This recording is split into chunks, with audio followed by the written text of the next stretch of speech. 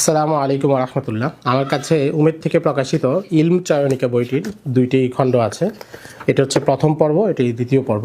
এই বইটি রচনা করেছেন আমাদের লন্ডন প্রবাসী আলেম মাওলানা মাহফুজ আহমদ।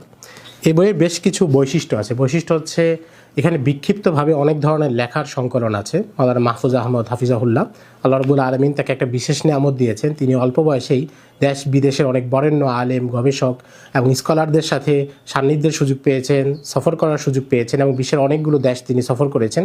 এবং এই সফরটা পুরোটাই হচ্ছে ইলমি সফর, গবেষণার কাজে সফর। বিশ্বের বড় বড় লাইব্রেরি এবং মাক্তাবাগুলো তিনি পরিদর্শন করেছেন, বিশ্বের অনেক বড় শিক্ষা প্রতিষ্ঠান পরিদর্শন করেছেন। তো সেখানকার বিভিন্ন স্মৃতি, অভিজ্ঞতা এবং সান্নিধ্য থেকে প্রাপ্ত বিভিন্ন মণিমুক্ত, সেগুলো তিনি তার এই লেখাগুলোতে তুলে ধরেছেন।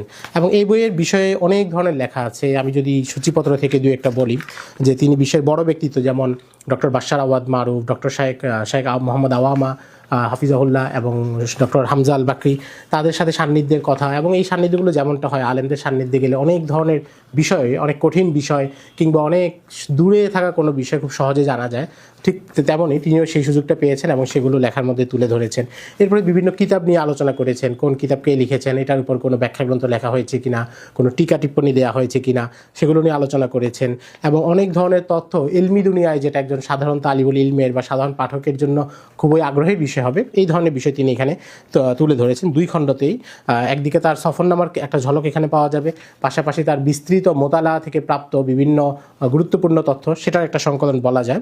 আরব বিশ্বে এই ধরনের বই অনেক লেখা হয়, বিশেষ করে শেখ আব্দুল সালাম হারুনের যে বই কুন্নাসাতুন নওয়াদির, সেখানে আমরা দেখি যে এই ধরনের অনেক ঝলক আছে। আরবি ভাষা সাহিত্যের বিভিন্ন শব্দের তাহকিক নিয়ে অনেক গভীর তথ্য আছে, ইতিহাসের বিভিন্ন তথ্য আছে।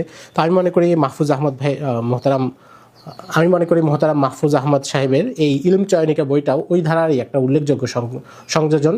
এবং আমরা যারা তালিবুল ইলম আছি এবং সাধারণ পাঠক, সবার জন্যই এই বইয়ে অনেক বেশি খোরাক আছে। যারা তালিবুল ইলম, তারা ইলমের অনেক পথ এবং অনেক বইপত্র, অনেক লেখক, তাদের সম্পর্কে ধারণা পাবেন। আবার সাধারণ পাঠক, তারাও এটা বুঝতে পারবেন যে আলেমরা কেমন হন, তাদের আখলাক কেমন হয়।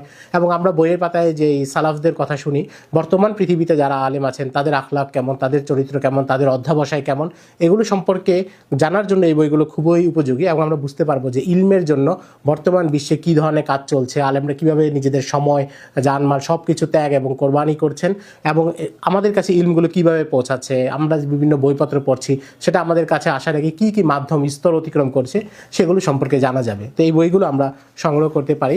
এটা সকল ধরনের পাঠকের জন্যই উপযোগী হবে এবং কল্যাণকর হবে ইনশাআল্লাহ।